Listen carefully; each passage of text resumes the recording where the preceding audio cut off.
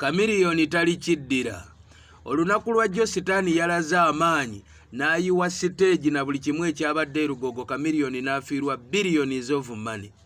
Unfortunately, no sooner I have seen very many people so excitement. Waliwo ne muganda wange gwendabye Mighty Family, muganda wange oyo Sami wakubye nnyo. Wakubye n'oyitawo kale wanyize nnyo. Essanyu olijja wange olabira ddala munnayuganda munnaffe akaaba amaziga akulukusa.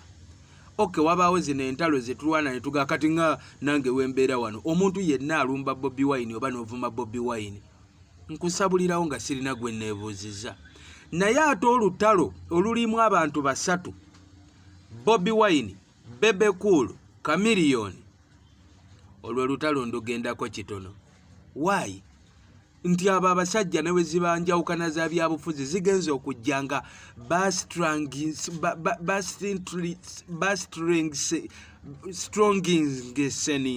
okunywera.